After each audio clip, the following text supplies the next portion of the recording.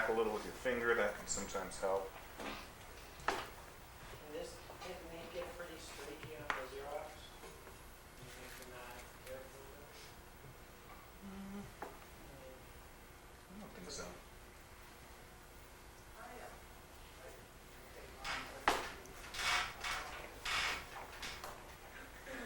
I haven't had any problems with its reproduction.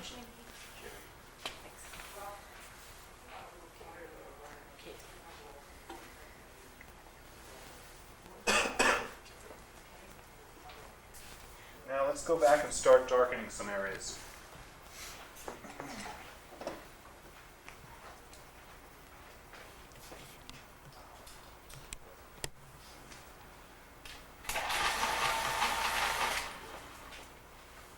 And where's that mahogany stuff?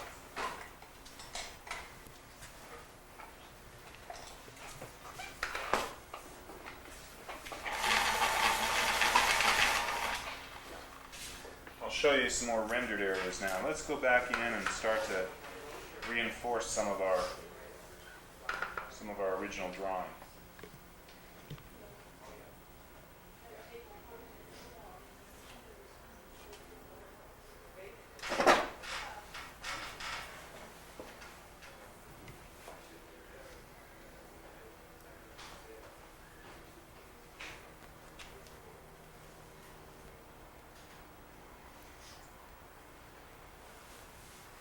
This mahogany red's a lot more muted than scarlet red or anything else that you might be inclined to use for some of your transitions around the nose and cheeks.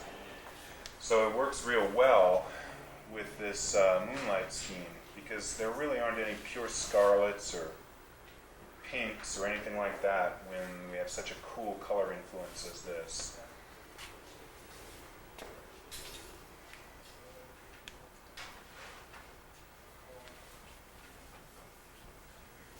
I'll render up one head that's in the color influence of the moon, or this semi-moon kind of color influence, which is semi-arbitrary anyway. And then I'll do one of the other heads too that's something closer to a more naturalistic lighting.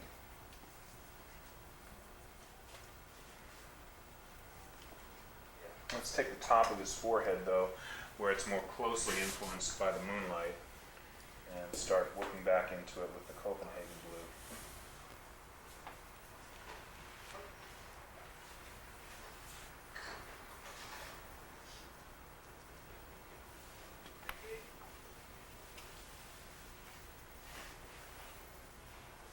Funny thing is that once you've got this mixture down, most people are surprised to even see that you used Prisma on it. They do think it's some kind of a painting. And even though I can see, if I really look, the graininess of the Prisma I'm applying, it tends to meld very nicely into the whole ether of this thing and wind up with something that doesn't look like a drawing on top of a painting, but looks like a seamless whole. W-H-O-L-E.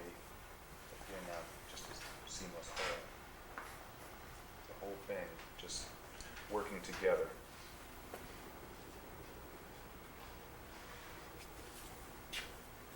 And this helps get out some of that Xeroxy drawing quality that it has until such time as you do this. Punch down your darks.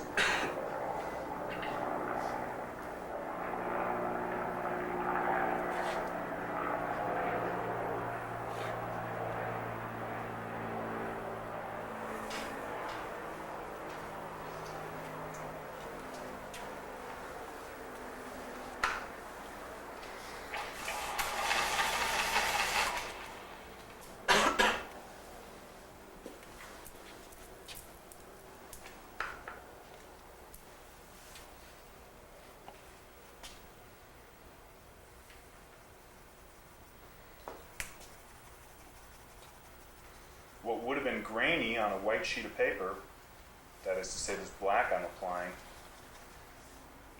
in the midst of all this soup of Prisma and Xerox ink, goes down again as a seamless flat black.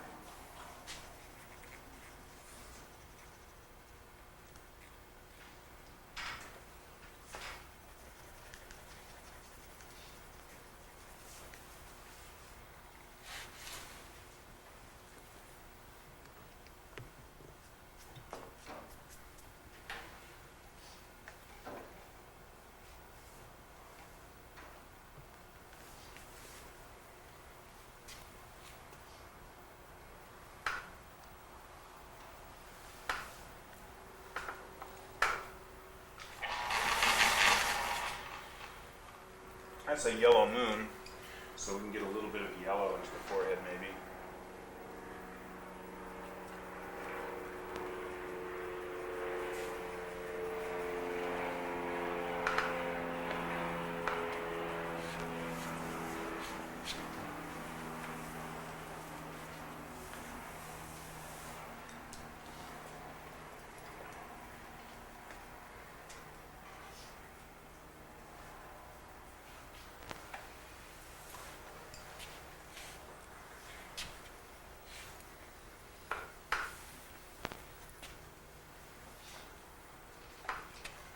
Get a real dark, strong red somewhere. Just one or two axes. This is Tuscan red, which I like as a good, rich, dark red.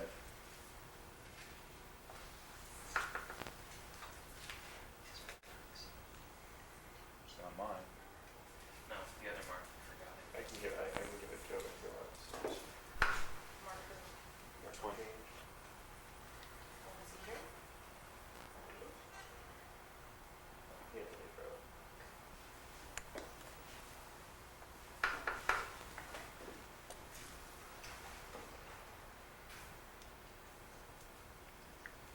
Suppose he's got blue eyes.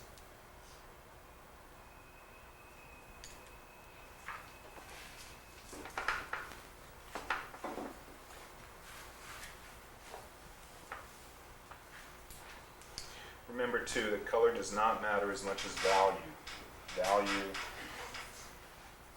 has a priority over color, so you can cheat color, you can meld color, you can do a lot of different things with it, especially at this level of presentation.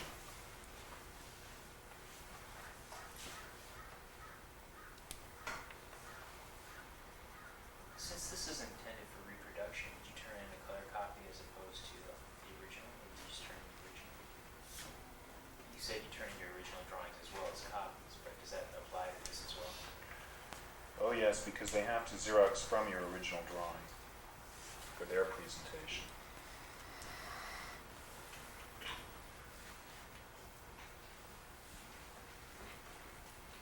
Now you should be entitled to get your original back though, if that is what you want. Which usually, if it's something you like enough to put in your portfolio, you should do. A lot of times they don't like the Xeroxes because you Xerox to Xerox and use them. Well, no, yeah, you don't want to hand in just a Xerox. What I do sometimes is I'll hand in as a supplement to the original, I'll hand in a set of Xeroxes, so that when they first glance at the original and it's all dog-eared and weird and everything like that, which sometimes happens, they don't judge it on that as a first impression. They see the Xerox of it and they go, ah, that's a relief. So I sometimes send a pack of Xeroxes with my original sketches. But I would never just send Xeroxes.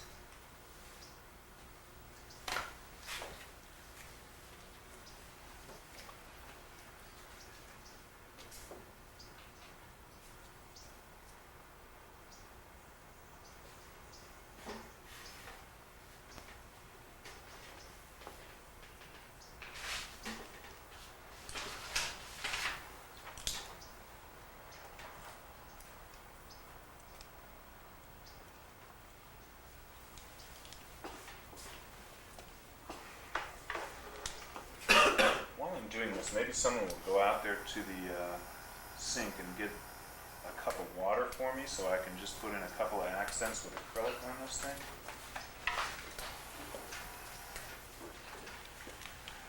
Alright, I mean, you know, I can prove my point and render that thing almost to the umpteenth degree and give it a photographic look if I want, but that's not the purpose here. So let's move on to another head. Let's move on to this guy.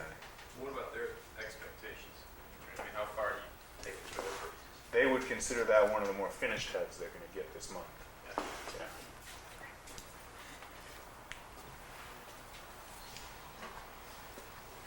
You and I might not look at it that way as artists, but from their point of view, they would be pretty happy with that at the level of a rendering.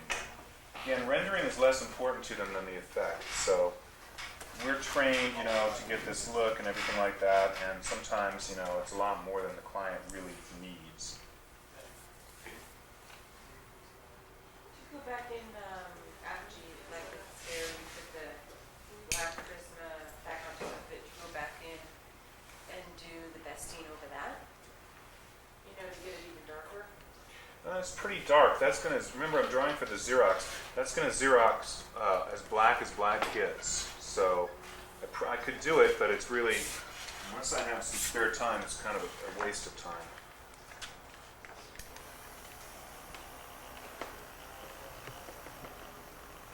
You'll notice that this almost gets us back to the white vellum, but not quite. So this is a good example of that right in here. Anyone who's close to it can see that that's not quite going all the way back. Let's just give it a little sort of dappled texture or something here so that it reads flat, but it isn't quite.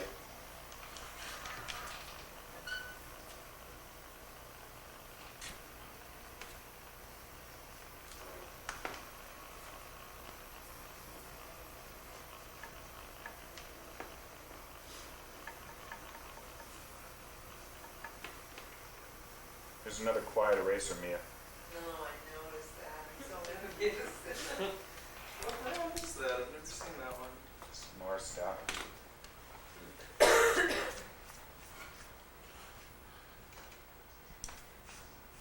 Just soften it a little bit now.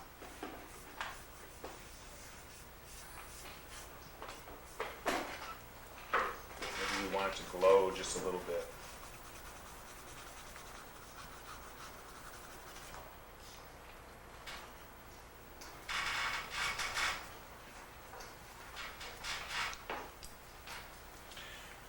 Again, I don't have a reference with me on this Hemery High School is called, but I think we had some darks and stuff in here. So I would just go back and very graphically punch those in. That's black. Yep. Remember that since we already have some black in the painting, it's easy to justify putting it into the background and anywhere else. And after all, it is a night scene, so.